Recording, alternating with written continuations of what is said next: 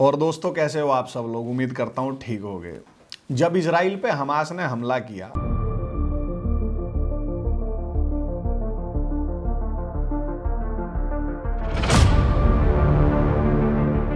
तो मुझे सबसे ज्यादा पता है आश्चर्य किस बात पे हुआ। इस बात पे नहीं हुआ कि हमास वालों ने इजराइल पे हमला कर दिया, वे तो करेंगे ही, मैं थोड़ी नहीं किसी भ्रम में जी रहा हूँ कि मुझे गुड मुस्लिम ढूंढने हैं। मुझे सबसे ज्यादा आश्चर्य हुआ जब मैंने कुछ लिबरल्स को, सेकुलर्स को, कॉमरेड्स को देखा कि हमास को क्रिटिसाइज कर रहे हैं।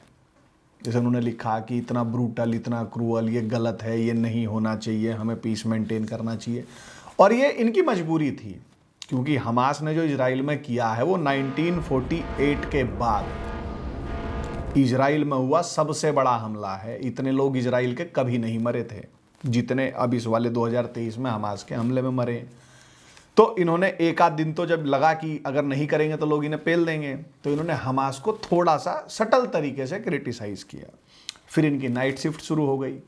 उसके बाद ये कहने लगे कि इजराइल जो है वो एग्रेसर है, उसने फिलिस्तीन पे कब्जा कर रखा है, ज़मीन कब्जा कर रखी है, और वहाँ पे अब इजराइल ने जो रिटेलिएशन किया उसके लिए चूड़ियाँ फोड़ने लगे कि वहाँ बच्चे मर रहे हैं, वहाँ महिलाएं मर रही हैं। आपने देख लिया होगा वो मेकअप आर्टिस्ट जो मेकअप कर रहा है एक पेंगुइन का, वो पड़ी हुई है और उसकी फ़ोटो खींच रही है कि क्या नाम, देखो ये घायल हुई है। फिर आपने एक वो फोटो भी देखी होगी जिसमें दिखाया जा रहा है कि इजराइल द्वारा किए गए रिटेलिएशन में कैसे छोटे छोटे बच्चे मर रहे हैं। वो बच्चे कौन है? तो गुड्डे गुड़िया जो खरीद के लाए हैं। ये जो डॉल है वो गोदी में रख रखी है और उसको ये बता रहे हैं कि ये बच्ची है, क्योंकि भाई ये रिलीजन ऑफ पीस हो ना हो, रिलीजन ऑफ प्रोपोगेंडा जरूर है। अब ये लेफ्टिस्ट डॉग्स जो हैं वो हमको बताते हैं कि भाई अगर इजराइल जो है वो पैलेस्टीन पे अपना कब्जा छोड़ देगा तो पूरी विश्व में शांति आ जाएगी, जो कि ऐसा होने वाला है नहीं। पर इजराइल ने क्या सही में पैलेस्टीन पे कब्जा कर रखा है? ये बहुत बड़ा झूठ है। और झूठ को, इसका झूठ का नैरेटिव तोड़ने के लिए क्या करना होता है, झूठ को डिबंक करने के लिए, कि आप सच बता दें। वो सच मैं आप लोगों को बताने जा रहा हूं, ध्यान से सुनिएगा। आइए मैं आपको थोड़ा हिस्ट्री में ले चलता हूं। यदि आप हिस्ट्री में जाते हैं तो 50-60 साल पहले, 50-60 साल पहले तक फिलिस्तीन नाम के किसी भी देश का कोई एग्जिस्टेंस ही नहीं है जी। इस दुनिया के इतिहास में, उस पूरे ज्योग्राफिकल एरिया में पैलेस्टीन नाम का कभी भी कोई भी सोवरेन देश रहा ही नहीं है। ये जो पूरा एरिया है इसको कैनान की भूमि के नाम से जाना जाता है। 4000 साल पहले यहाँ पे छोटी छोटी ट्राइब्स रहती थी, जैसे कि एमेलिकाइट्स, मोएबाइट्स, ये सब ट्राइब्स थे। फिर 3200 साल पहले ये 12 छोटी छोटी ट्राइब्स जो हैं वो किंग सॉल के अंडर में इकट्ठी होती हैं और फर्स्ट किंगडम बनता है उस रीजन में। जेविस थियोक्रेसी होती है और उसे इजराइल नाम से जाना जाता है। उसके बाद ये जो जेविस थियोक्रेसी वाला देश है इसका एग्जिस्टेंस होता है 3200 साल पहले। फिर ये किंगडम ऑफ जूडा और किंगडम ऑफ इजराइल में बट जाता है। ये दोनों भी जेविस किंगडम्स ही रहती हैं। फिर लगभग 2500 साल पहले इन दोनों किंगडम्स को बेबीलोनियन एम्पायर जीत लेता है। फिर इस बेबीलोनियन एम्पायर को पर्शियंस जीत लेते हैं और फिर ये पर्शियन एम्पायर बन जाता है। फिर इस पर्शियन एम्पायर को जीतता है अलेक्जेंडर द ग्रेट और इजराइल अब कंट्रोल में आ गया है ग्रीक्स के। इन ग्रीक्स को फिर 2200 साल पहले हास्मोनियंस ने हराया और फिर एक बार इजराइल जो है वो जेविस स्टेट बन जाता है। ये 2200 साल पहले तक की बता रहा हूं, अब तक कहीं फिलिस्तीन पैलेस्टाइन नहीं आया है।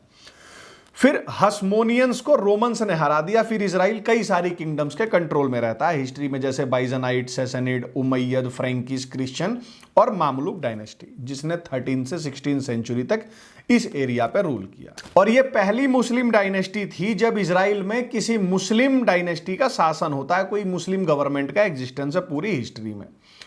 पर यह ना ही पैलेस्टीन एज अ नेशन या Palestine as a sovereign people से रिलेटेड है कहीं से भी। फिर जो मामलुक्स थे इनको ऑटोमन्स ने एब्जॉर्व कर लिया, आप सबको पता ही होगा। फिर अर्ली 1920s में जब ऑटोमन एम्पायर का पतन होता है तो इन्होंने अपना कुछ हिस्सा, जिसे ट्रांस जॉर्डन और जॉर्डन नाम से जाना जाता है, वो लीग ऑफ नेशंस को कंसीड कर दिया। अब जो लीग ऑफ नेशंस वाले हैं उन्होंने 24 जुलाई 1922 को इस एरिया का एडमिनिस्ट्रेटिव कंट्रोल ब्रिटिशर्स को दे दिया और साथ ही स्पेसिफिक इंस्ट्रक्शंस दी कि आप एक जेविश होमलैंड भी बनाएंगे। उसका कारण कि यहूदियों ने फर्स्ट वर्ल्ड वॉर में जो अपने 500 लड़कों के साथ युद्ध में भाग लिया था, तो उनकी शर्त ये थी कि साहब हमको हमारा एक होमलैंड दे दें जिससे हम निष्कासित हैं 1000 साल से। ठीक, उसके बाद ब्रिटेन वालों ने ये एडमिनिस्ट्रेटिव कंट्रोल मिलते ही उस पूरे एरिया का 77% हिस्सा जो है वो अरब वालों को दे दिया कि लो भाई तुम इसमें अपना जो भी है जॉर्डन वो बना लो और बाकी के हिस्से पे इजराइल बनेगा। ये ब्रिटिशर्स का कमिटमेंट था और इस मैंडेट को पैलेस्टीन मैंडेट कहते हैं, मैंडेट फॉर पैलेस्टीन कहा जाता है। और यहां पे पैलेस्टीन जो है वो पहली बार एग्जिस्टेंस में आता है। 4000 साल की हिस्ट्री में पहली बार पैलेस्टीन का जो मेंशन आता है वो 1922 में आता है। ठीक, आप कहेंगे कि भैया जो मॉडर्न टाइम्स में जो पैलेस्टीन इशू शुरू हुआ ये कैसे हुआ, तो आप सबको पता होगा 1948 में यूनाइटेड नेशन के रेजोल्यूशन नंबर 181 से दो देशों का निर्माण होता है। जेविश वाले एरिया को इजराइल कहा जाता है और अरब वाले हिस्से को पैलेस्टाइन कहना शुरू करते हैं लोग। 1948 में पहली बार पैलेस्टाइन नाम का एक देश जो है वो एग्जिस्टेंस में आता है। ठीक, जो कि सारे जॉर्डन के लोग थे तो उनको जॉर्डेनियन कहना ज्यादा ठीक है पैलेस्टीनियन के बदले, पर फिर भाईजान को हिंदी समझ में कहां आती है। अब भाई 1948 में इजराइल बन गया और अरब वाले हिस्से को जिसको ये लोग पैलेस्टीन कहने लगे, जिसमें सारे जॉर्डन के ही रहने वाले थे, जिनको जॉर्डेनियन कहना ज्यादा ठीक रहेगा, जो अब पैलेस्टीनियन कहलाने लगे, ऐसा बन गया।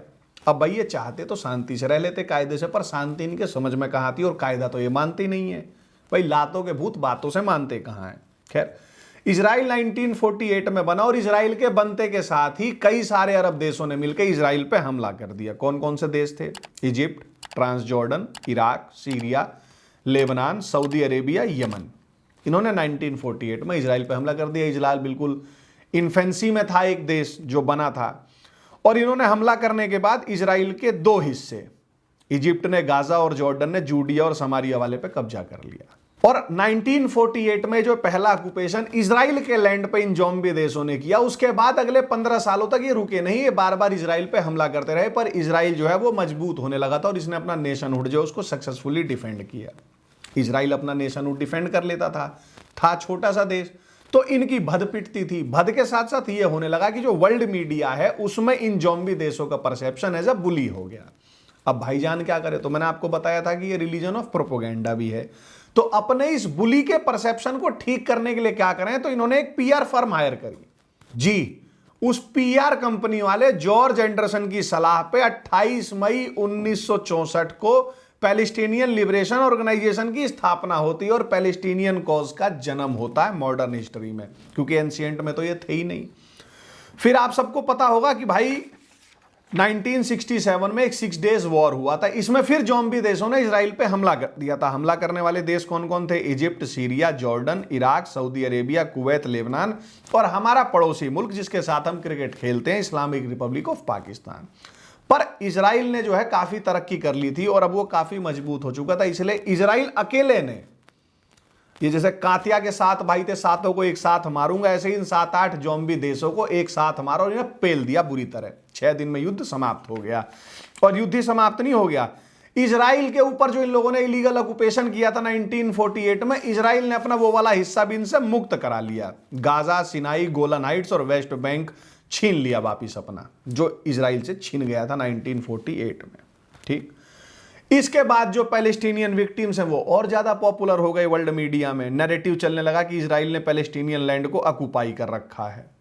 और ये नैरेटिव और मजबूत हुआ 1990s में, जब इजराइल वालों ने पता नहीं किस मूर्खता में ओस्लो एकॉर्ड्स को साइन कर लिया और एग्री कर लिया कि वेस्ट बैंक और गाजा में पैलेस्टीनियन स्टेट बनाने में हेल्प करेंगे। पर अगर ऐसा कोई पैलेस्टीनियन स्टेट एग्जिस्टेंस में आता है तो इजराइल में यहूदियों की जानें जाती ही रहेंगी। इस चीज को यहूदियों को समझ लेना चाहिए, जो आजकल थोड़ा वोक होने लगे हैं। तो आप सबको समझ में आ गया कि पैलेस्टीनियन कॉज की स्थापना कब होती है, तो इजराइल के बनने के 16 साल बाद 28 मई 1964 को। तो अब मुझे ये सेकुलर, लिबरल, कम्युनिस्ट, ये चिलांडर जितने भी जेएनयू फिलिस्तीन, फिलिस्तीनीज, जेएनयू, जामिया में जो ये नारे लगा रहे हैं, एएमयू में जो प्रदर्शन कर रहे हैं, ये बताएं कि इजराइल वालों ने किससे जमीन छीनी, कब छीनी? 1967 में। तो इजराइल ने 1948 में जो अपनी जमीन खोई थी वो वापिस ली। क्योंकि पूरी हिस्ट्री में हम देखते हैं तो ना ही इजराइल वालों ने ऑटोमन एम्पायर से जमीन छीनी, जिन्होंने खुद अपनी जमीन जो है वो लीग ऑफ नेशंस को कंसीड कर दी थी, ना ही इजराइल वालों ने लीग ऑफ नेशंस से जमीन छीनी, जिन्होंने उसका एडमिनिस्ट्रेटिव कंट्रोल ब्रिटिशर्स को दे दिया था, ना ही इन्होंने ब्रिटिशर्स से जमीन छीनी जिन्होंने इजराइल बनाने में हेल्प की थी, क्योंकि इजराइल वालों ने फर्स्ट वर्ल्ड वॉर में इनका साथ दिया था, और ना ही पैलेस्टीनियन से जो पीआर कंपनी और जॉर्ज एंडरसन और यासिर अराफात के आने से पहले एग्जिस्टेंस में ही नहीं थे। इजराइल तो 4000 साल पहले भी था, फिर 2200 साल पहले भी थी किंगडम, पर पैलेस्टीनियन तो थे ही नहीं 60-70 साल पहले कहीं भी पूरे मानचित्र पे। अब मिडल ईस्ट के तमाम देशों में एक देश है इजिप्ट। इसने 1948 में इजराइल पे हमला किया, 1967 में भी इसने हमला किया, पर उसके बाद इसने इजराइल के साथ शांति समझौता कर लिया।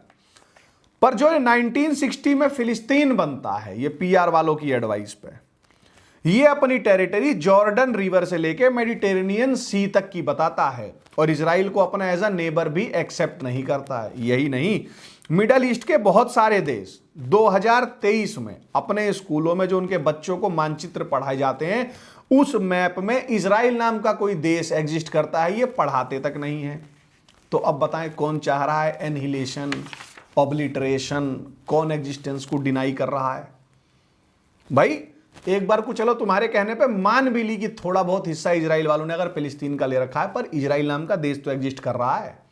तो अपने बच्चों को स्कूल की किताबों में जो पॉलिटिकल मैप पढ़ाते हो दुनिया का, उसमें तो तुमने इजराइल पूरा ही गायब कर रखा है। तो फिर तो तुम्हारे हिसाब से इजराइल का एग्जिस्टेंस ही नहीं होना चाहिए। तो जाके ले लो फिर इजराइल वालों से, जो दे रहा है नेतन्याहू तुमको। फिर अब क्यों रो रहे हो? ये मेकअप करवा करवा के आर्टिस्ट लेके आ रहे हो कि हाय दैया देखो ये हो रहा, अल्लाह का कहर बरा पड़ा। भाई अल्लाह की मर्जी के बिना तो कुछ होता ही नहीं है। तो नेतन्याहू भी जो कर रहा है वो उसी का वो है, और उसको मानो और चुपचाप पिलाओ। अब आप बताइए एग्रेसर है कौन? और जो गाजा स्ट्रिप की चल रही हैं चीजें, तो भैया इजराइल का पार्ट था गाजा 1948 में, फिर जिसको छीन लिया था, फिर इजराइल ने वापस 1967 में क्लेम ले लिया था। उस गाजा को इजराइल ने दरिया दिली दिखाते हुए छोड़ दिया कि भाई जाओ जी लो अपनी जिंदगी। उसने कहा आपको हम सेल्फ गवर्नेंस देते हैं। 2005 में इजराइल वहां से विड्रॉ कर चुका है। 2007 में गाजा में चुनाव होते हैं, और गाजा वाले किसको चुनते हैं? हमास, वही जिसने रॉकेट लॉन्च करे। अब हमास को एक बार नहीं चुनते जैसे गलती से चुन लिया, और 2007 में हमास को 90% से ज्यादा वोट मिलते हैं गाजा वालों के। तो एक तरीके से पूरे गाजा ने ही हमास को चुना, जो टेररिस्ट ऑर्गेनाइजेशन है। और फिर उसके बाद अगले 16 सालों तक हमास को ही लगातार चुनते हैं गाजा वाले। और हमास का जो चार्टर है उसमें क्या है? तो भैया उसमें साफ साफ लिखा है कि उनका गोल है इजराइल का डिस्ट्रक्शन। तो अब आप मुझे यह बताएं कि उस टेररिस्ट ऑर्गेनाइजेशन को 90% वोटों से जिताने वाले लोग क्या कहलाएंगे? तो जो ये लोग रो रहे हैं ना कि हमास की सजा गाजा वालों को क्यों दे रहे हो, बेचारे लोग मारे जा रहे हैं, तो वो बेचारे लोग नहीं है, वो आतंकवादियों को 90% से ज्यादा वोट देके चुनने वाले बेचारे लोग हैं। और ऐसे बेचारे लोगों को तो मैं बताऊं, इजराइल वाले तो भी मतलब खैर ठीक है, इंडिया वालों से तो ठीक ही इलाज कर रहे हैं, पर इनका एक और बड़ा सुंदर सा इलाज है। वो कोई बताऊंगा, वो कोई एक होता है उसकी चर्बी में भर भर के जला देने टाइप का होता है। खैर वो पता नहीं कुछ होता होगा, मैं इस्लामोफोब नहीं हूं तो मैं उसको नहीं बताना चाहूंगा। और फिर भी जिनके मन में इन गाजा वालों के लिए सिंपथी आ रही है, तो वो जो शौर्य मूवी में मेजर साहब का डायलॉग था, उस डायलॉग को दोबारा सुने। बच्चे नहीं है ये, सांप है सांप, तुम्हारी नस्ल समाप्त हो जाएगी इनको ठीक करते करते। बच्चे नहीं है, टाइम बॉम्ब है साले।